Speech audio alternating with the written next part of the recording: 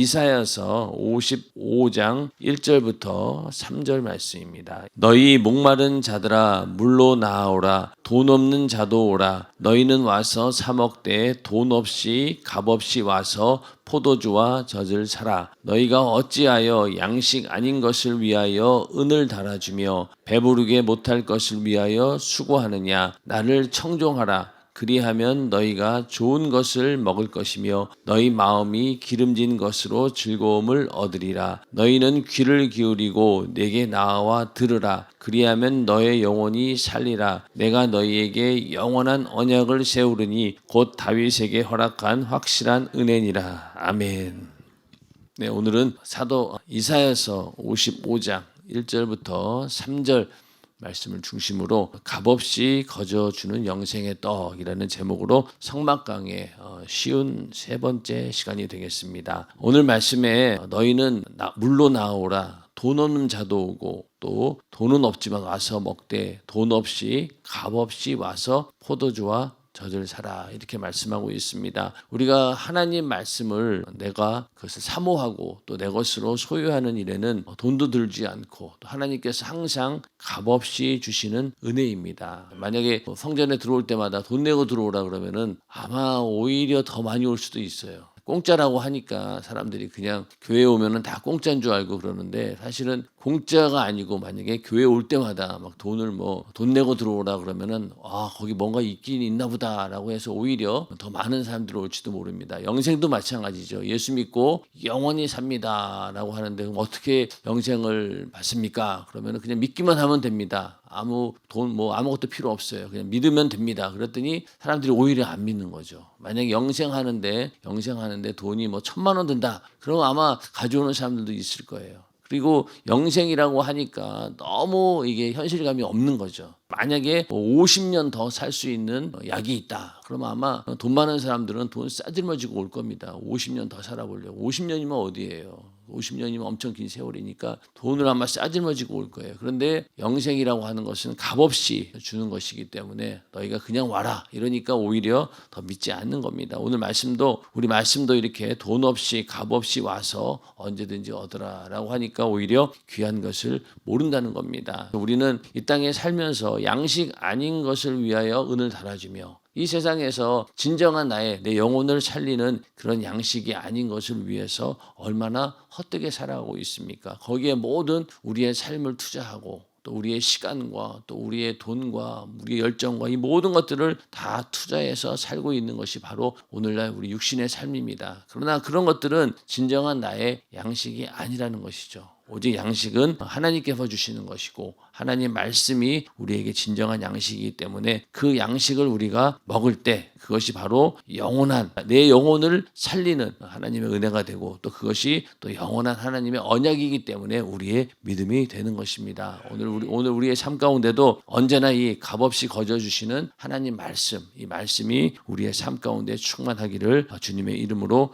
축원합니다. 이사야서 55장 8절부터 좀 보면은요. 여기 하나님 말씀에 대한 얘기가 좀 나와서 잠깐 말씀드리겠습니다. 여호와의 말씀에 내 생각은 너희 생각과 다르며 내 길은 너희 길과 달라서 하늘이 땅보다 높음 같이 내 길은 너희 길보다 높으며 내 생각은 너희 생각보다 높으니라. 하나님께서는 이 말씀으로 일하시는 분입니다. 그러다 보니까 우리가 하나님을 접하고 하나님의 역사를 만나는 것은 하나님께서 직접 나타나가지고 우리에게 보여주는 그런 경우가 아니라 대부분 보면은 하나님 말씀을 가지고 역사하십니다. 그런데 그 하나님의 말씀대로 하시는 그 하나님이 하시는 일이 우리 인간의 생각으로는 도저히 알 수 없는 이해하지 못하는 경우들이 많다는 거예요. 그래서 내 생각은 너희 생각보다 높다. 그러니까 하나님께서 생각하시는 것은 우리 생각보다 훨씬 더 높다는 거예요. 나는 이런 것을 하나님께 간구하고 난 이런 게 필요해요 라고 기도하지만은 그 기도조차도 하나님께서 주시고자 하는 것은 완전히 다릅니다. 여러분들이 그 방언을 통변하는 것을 가만히 들어보면은 내가 내 생각으로 마음으로 기도하는 것과는 완전히 달라요.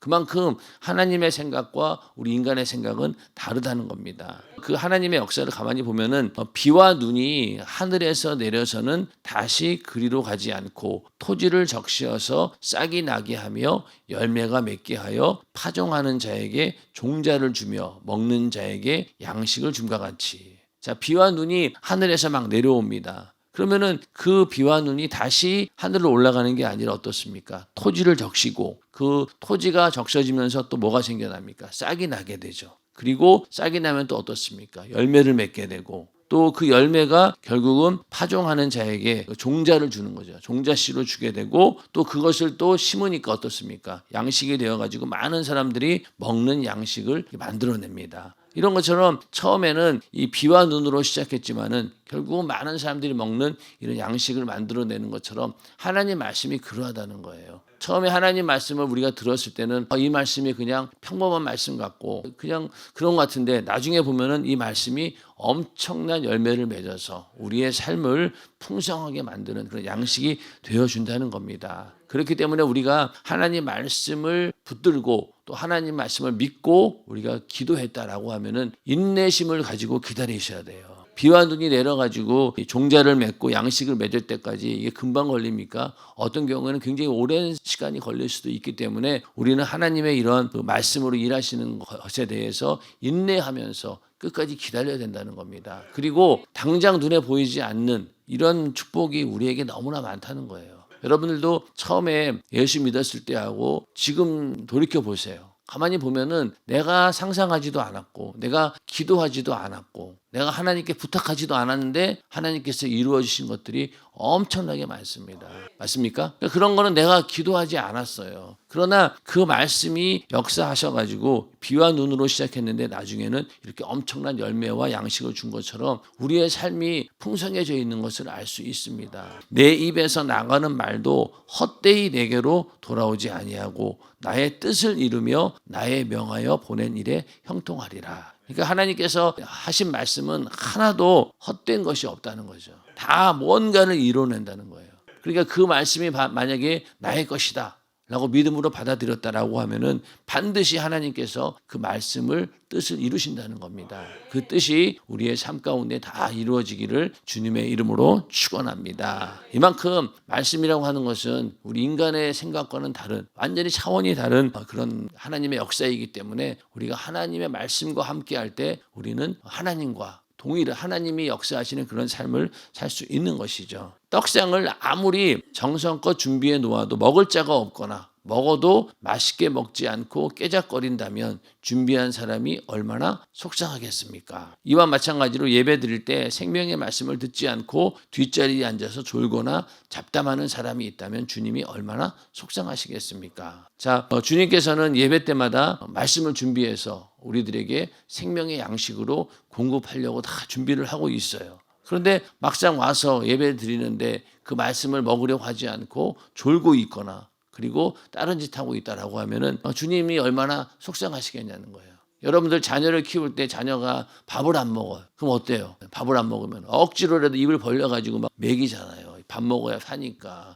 그런데 마찬가지로 영혼의 양식도 하나님께서는 주시려고 하는데 안 먹으려고 이렇게 눈을 감고 입을 다물고 있으면 어떻습니까? 하나님 입장에서도 어떻게든 입을 벌려서 먹이고 싶은 게 부모의 심정인데 주님은 더 하실 거 아니겠냐는 거죠. 우리 교회는 이렇게 설교 시간에 조는 사람이 있으면 막 이렇게 세워가지고 깨웁니다. 그러면 이제 그 다른 교회에 오랫동안 있다가 이제 그런 게 익숙하지 않은 분들은 굉장히 오해를 많이 해요. 어떻게 저럴 수 있냐? 예배 시간에 창피해 줄 수 있냐? 사람의 자존심을 상하게 할 수 있냐? 이러면서 이해하지 못하는 사람이 너무 많아요.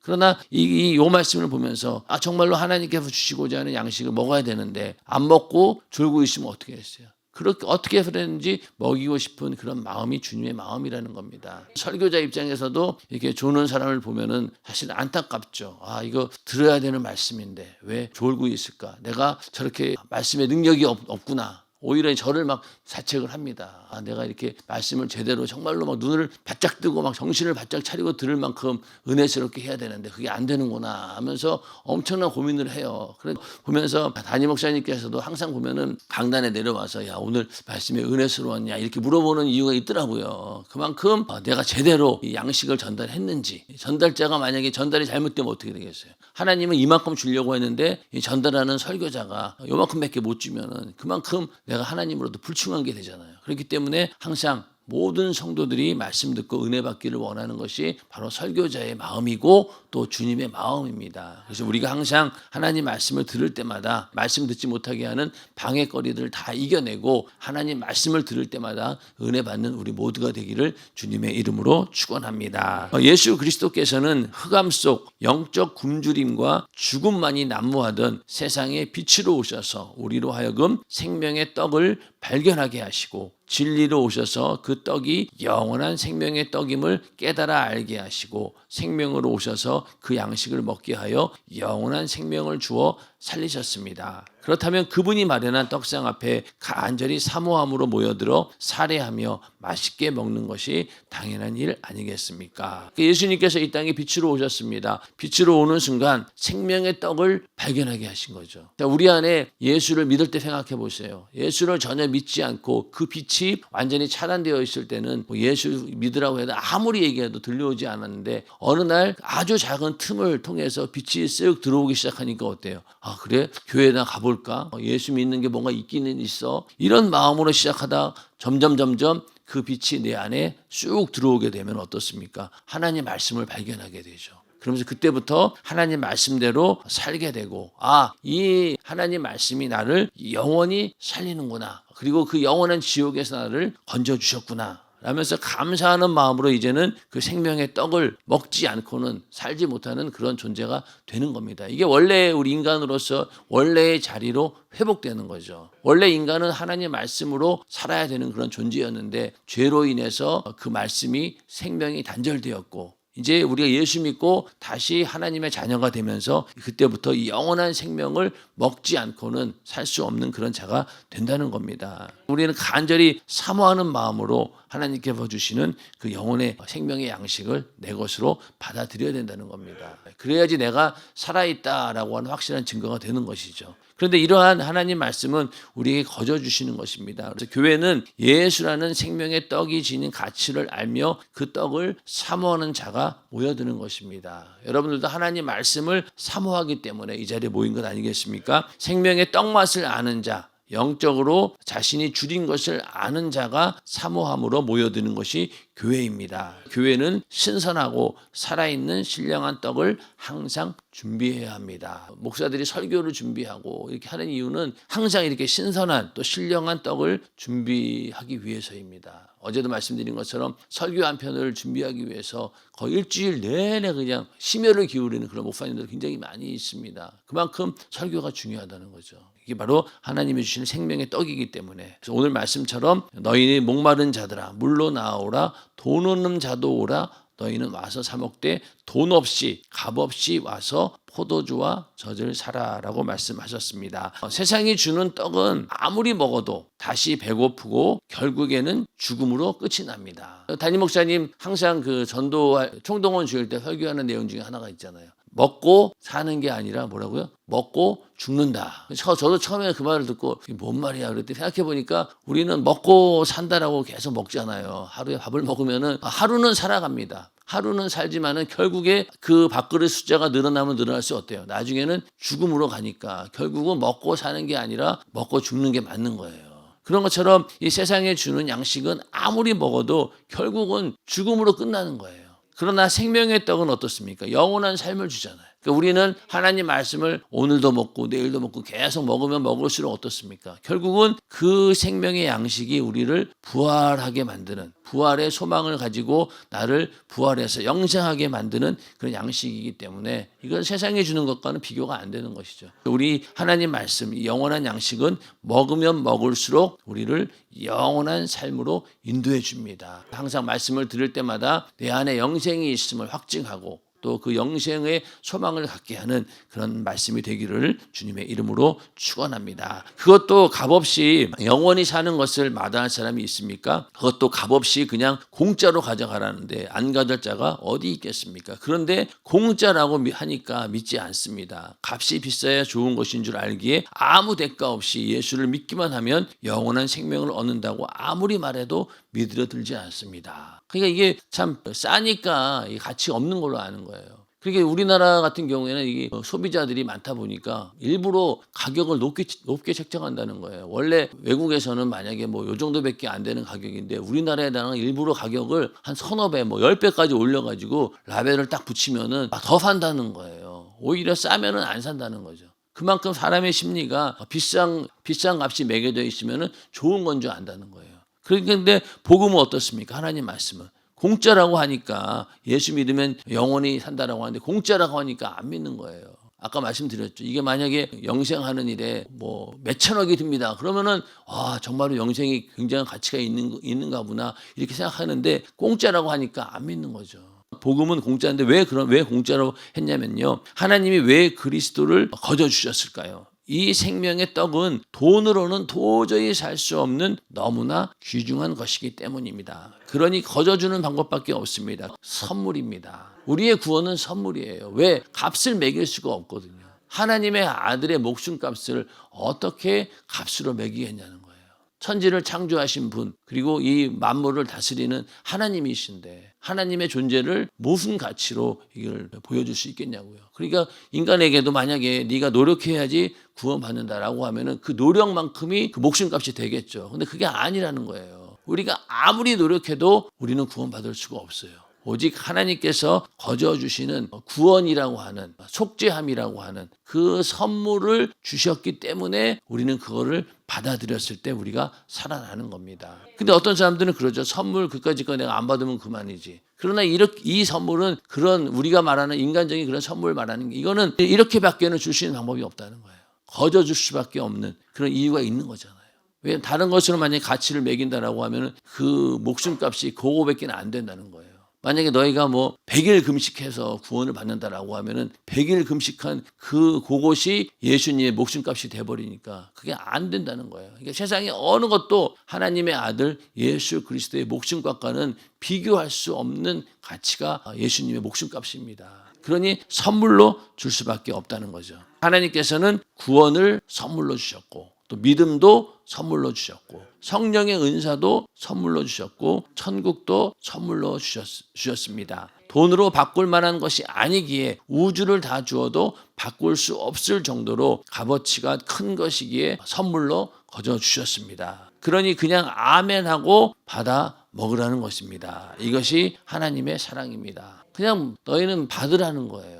근데 이걸 그냥 안 받겠다라고 굳이 그냥 입 다물고 있으면은 정말 태평양에 있는 멸치가 굶어 죽는다, 목말라 죽는다는 말하고 똑같은 거잖아요. 이렇게 은혜가 넘쳐나고 지금은 복음이 거의 전 세계에 다 전파되었고 또 거의 모든 나라의 언어로 다 성경이 번역되었고 그리고 매체가 발달해서 언제 어디든지 하나님 말씀 복음을 접할 수 있는 그런 시대입니다. 그런 시대에서 만약에 예수 안 믿었다라고 하면은 죽은 다음에 지옥 가서 정말로 핑계할 수 없다는 거예요.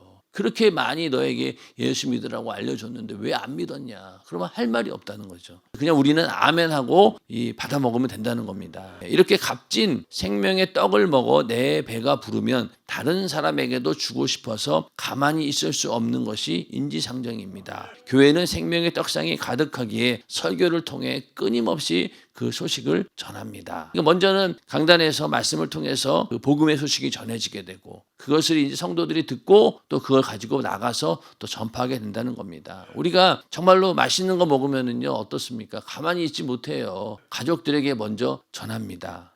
그 열왕기하 6장에서 7장에 보면은 이제 그 아람의 베나닷 왕이 사마리아를 에워싸고 공격해 옵니다. 그러니까 그 성을 완전히 둘러싸다 보니까 사마리아 안에 엄청난 기근이 생겨가지고 부모가 자기 아이를 잡아먹는 그런 일들이 생겼습니다. 근데 이제 그 이스라엘 왕이 이제 그 엘리사를 통해서 엘리사가 예언을 하죠. 이제 곧 이게 이런 기근이 이런 일들이 없어질 것이다. 그렇게 했더니만 결국 하나님께서 군대를 보내서 그 아람 군대의 그 아람 군대의 귀에다가 전차 소리, 말소리, 큰 군대의 소리가 들리게 해가지고 그들이 다 도망쳐 버린 거예요. 순식간에 그 사마리아 성을 둘러싸고 있던 그 아람 군대가 다 없어져 버린 겁니다. 그런데 그 성문에 있던 그 문둥병자가 네 명이 있었는데 여기서 이제 이 안에서 이렇게 죽느니 차라리 밖에 나가자. 나간 거예요. 나갔더니 어때요? 이 적군들이 다 죽어버린 거예요. 그리고 거기 갔더니만은 막 먹을 게 잔뜩 있고 또 여러 가지 은과 금 옷가지들이 있는 거예요. 그걸 다 가져왔죠. 그러면서 이 문둥병자들이 하는 게 뭡니까?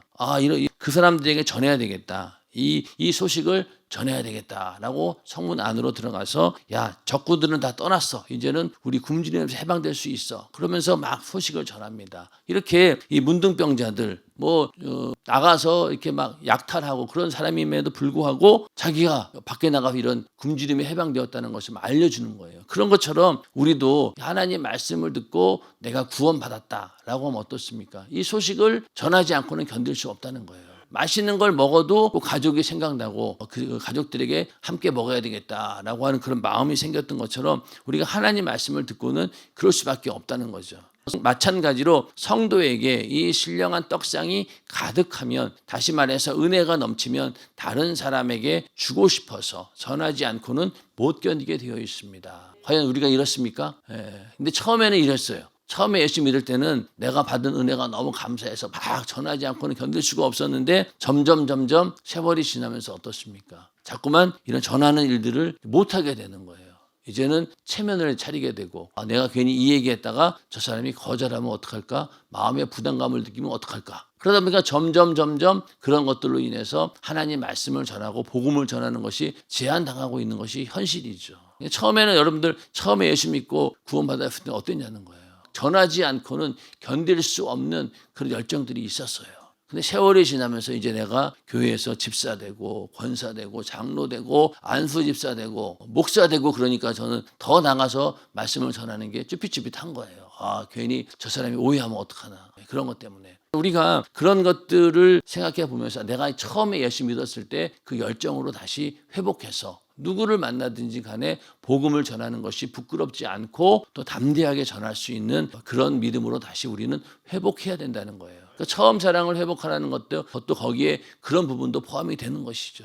우리가 이렇게 못 견디는, 전하지 않고는 못 견디는 그런 구령의 열정, 또 복음을 전하고자 하는 그런 열정이 우리 안에 충만하기를 주님의 이름으로 축원합니다. 성령 충만이라는 말은 내가 성령께 이끌려 다니면서 생명의 떡상인 예수를 소개하지 않고는 견딜 수 없을 만큼 내 안에 떡상이 넘쳐난다는 말입니다. 여기 그림 보시면요, 이 떡상의 떡이 굉장히 크죠. 사실은 그 성막에 기록하기는 떡 크기를 요만큼 해라 이런 게 없어요. 이제 어떤 사람들은 제사장들이 나눠 먹을 정도면은 그거 갖고 너무 부족하다는 거죠. 6개인데 한 요만한 거 15cm 정도 되는 거 요거 6개, 12개 갖고 제사장들 다 먹을 수 있겠어요? 그런 거 생각해 보면은 아마 떡상이 이 정도는 됐을 것이다 이렇게 생각하고 그린 그림이에요. 그런 것처럼 이렇게 하나님께서 언제든지 풍성한 이런 양식을 준비해 놓으신다는 겁니다. 내 안에 떡상이 넘쳐난다는 거죠. 성령 충만이 바로 그런 의미라는 겁니다. 성령 충만한 자는 만나는 사람마다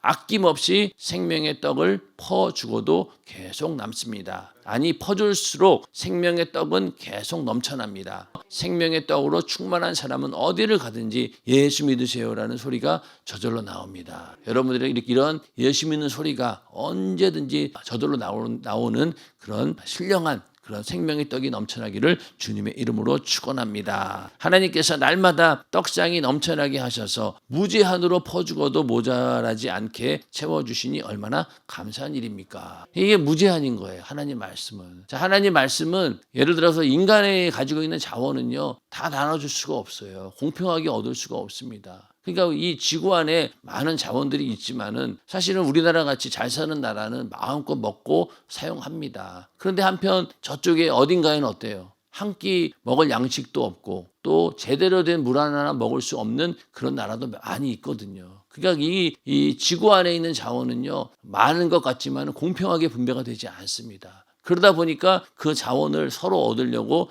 전쟁도 하고 남의 것을 뺏지 않고는 내 것을 채울 수가 없는 거예요.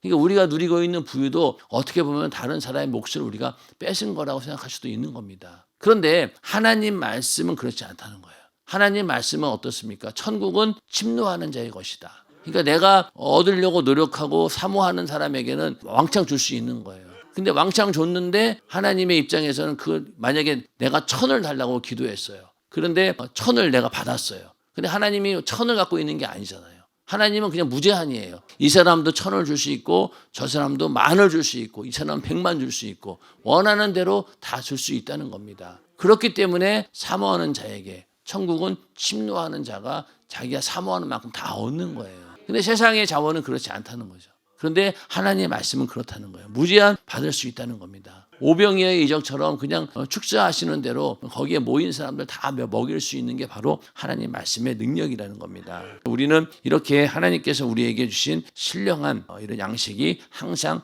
가득하다. 그리고 이것을 항상 채워주시니 참 너무나 감사한 일입니다.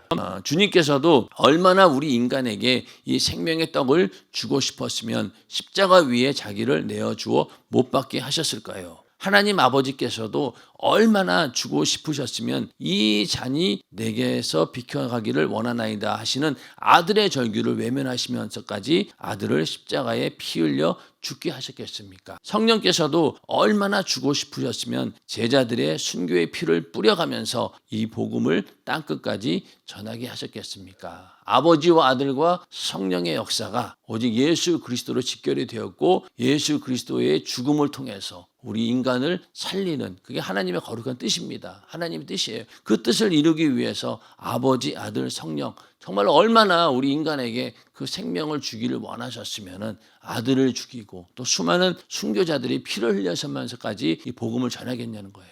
그만큼 하나님께서는 주고 싶으신 거예요. 자기 아들을 죽여서라도 우리 인간을 살리고 싶은 것이 바로 하나님의 마음이라는 겁니다. 그러니까 우리도 마찬가지죠. 우리도 목숨을 걸고서라도 이 생명의 떡을 굶주려 죽어가는 영혼들에게 전하고 싶은 마음이 넘쳐야 합니다. 이 사랑을 우리가 안다라고 하면은 하나님의 사랑과 아버지의 사랑과 또 성령의 역사 이 모든 어떻게든 우리에게 그 생명을 주기를 간절히 원하는 그 심정을 안다라고 하면은 우리도 다른 사람들에게 이 생명을 전하고 싶지 않고는 견딜 수 없는 그런 처지가 된다는 거예요. 그런 마음이 넘쳐나야 된다는 겁니다. 그러려면 먼저 내 자신 속에 신령한 떡상이 풍성히 마련되어야 합니다. 어떤 일이 있어도 굶주려 죽어가는 수많은 이에게 나눠줄 생명의 떡이 고갈되지 않도록 힘써야 하며 항상 신선하고도 풍성한 떡상을 준비하여 나눠주되 풍성히 나눠주는 사람이 되어야 합니다. 아멘. 자, 과연 여러분 우리에게 이렇게 나눠줄 수 있는 생명의 떡이 있냐는 거예요. 떡이 있냐는 거예요. 자, 여러분들 전도할 때 가만히 보면은 전도는 막 열심히 하는데 막상 만나서 그 사람하고 대화하다 보면은요 툭툭 끊기는 거예요. 할 말이 없어요. 들은 말씀은 굉장히 많은데 왜 그럴까요? 준비를 안 했으니까요. 알고 있는 말씀을 내가 준비를 해야 되는 거예요. 그때 우리 배영문 안수신 오셨을 때도 여기다 쭉 옆에 써놓은 거 있잖아요. 죄 회개, 구원 쫙 이렇게 써놓은 게 있죠. 그게 줄줄줄줄 나와야 되는 거예요. 만나는 사람들에게 이 사람은 딱 만나서 1분밖에는 만날 시간이 없다. 그럼 1분 안에 짤막하게 소개를 해야 됩니다. 복음을 전해야 되고 또 이 사람하고 오랜 대화를 할 수 있다라고 하면은 대화거리를 계속 내가 만들어내고 그들에게 복음을 전해야 되는 것이죠. 근데 지금까지는 그냥 우리 교회 한번 오기만 와. 이렇게 하면은 왔어요. 그런데 지금은 점점 사람들이 강팍해지다 보니까 그러지 않는 거예요. 그러니까 거기에서 내가 말씀을 전하고 그들이 그 말씀을 듣고 은혜 받고 복음을 들을 수 있도록 우리가 준비를 해야 된다는 거예요. 근데 다들 잠재력은 가지고 있어요. 들은 말씀들이 있기 때문에. 그 말씀들을 내가 정리를 해서 어떻게든 전할 수 있도록 내가 노력을 해야 된다는 겁니다. 어떤 교회는 보니까 전도 훈련이라고 해서 아예 그 시나리오를 다 외우더라고. 처음에 그 불신자를 만났을 때 어떻게 대화를 시작하고 이런 질문이 나왔을 때 어떻게 할 것인가라고 다 준비해가지고요. 그거를 전부 다 달달달 외워요. 처음에는 외워서 내가 익히지만은 점점 그게 내게 되면 나중에는 거기다가 막 살을 붙이는 거죠. 자기 경험도 있고 하니까. 그러다 보니까 복음을 전하는 일들이 두렵지 않고 더 자신감이 넘치게 되는 거죠. 여러분들 영업하시는 분들 아시잖아요. 제품 설명할 때 처음부터 잘합니까? 그거 하려고 얼마나 공부 많이 해요. 보험 설계사들 보니까 그 상품 보니까 얼마나 복잡합니까? 그걸 그냥 다 밤을 새워가면서 공부하고 훈련받고 또 교육받고 그렇게 해가지고 몸에 완전히 익힌 다음에 자신 있게 이렇게 프레젠테이션 하잖아요. 그러면은 이제 그거 듣고 사람들이 계약하기도 하고 그런 것처럼 세상에 물건 하나 팔려는 것도 머리 엄청 써가면서 그 사람들의 마음과 심리를 연구해서 그렇게 해서 어떻게든 팔려고 하는데 이 복음은 오히려 들으려고 하지 않잖아요. 마귀 역사가 가로막고 있잖아요. 더 힘든 건데 그걸 위해서 우리가 노력하지 않고 그냥 나가서 그냥 무작정 그냥 전단지만 주고 이러면은 될 줄 안다라고 하는 것은 오산이에요. 그래서 우리가 오산이 여기인데 그 오산이 아니고 근데 오산이 보니까 이 까마귀 오자더라고요. 진짜로 저는 예전에 우리 과에 친구가 있었는데 그 친구가 오산에 살았어요. 그때는 오산이 이렇게 좋지 않았던 것 같아요. 서울밖에는 몰랐으니까 저는. 근데 그 친구 보고 맨날 오산 까마귀 그랬거든요. 그랬더니 알고 보니까 오산이 까마귀가 많다 그래서 오산이더라고요. 하여튼 그 오산이 아니고 우리가 그렇게 그냥 전단지만 주면은 이 사람이 예수 믿고 올 거라는 생각을 버리셔야 돼요. 그건 확률적으로도 정말로 미비합니다. 정말로 하나님께서 예비한 영혼들 아니고는 그런 확률은 없어요. 그러나 우리가 복음을 전해서 설득하게 되면은요 더 많은 전도의 열매를 맺을 수 있다는 겁니다. 그런데 거기까지 가기가 힘든 거예요. 거기까지가 그 사람하고 말할 수 있는 관계를 만들어내기까지가 너무 힘든 거예요. 그러다 보니까 전도가 어려운 거죠. 그러나 계속 시도하고 부딪히다 보면은 반드시 길이 열리고 방법이 생기고 나만의 노하우가 생긴다는 거. 이게 참 전도의 노하우인 것 같아요. 그런데 보니까 사람이 다 다르니까 방법도 무궁무진한 거죠. 우리는 먼저는 이 하나님 말씀이 우리 안에 풍성이 있어야 된다는 거예요. 그래야지 그 말씀을 내가 전할 수 있는 것이지 그게 없으면 안 되는 겁니다. 그런데 감사하게도 우리에게 하나님께서 성령을 보내주셨잖아요. 성령은 하나님의 깊은 것과 통달하게 하신다라고 했고 또 성령 받는 순간 내 안에 있는 예수 그리스도의 생애가 그대로 내 안에 재현이 된 거예요. 나는 직접 보지 못했지만은 그러나 내 안에 있는 예수를 전할 수 있는 능력이 어디에서 온다고요? 성령의 능력으로 오는 겁니다.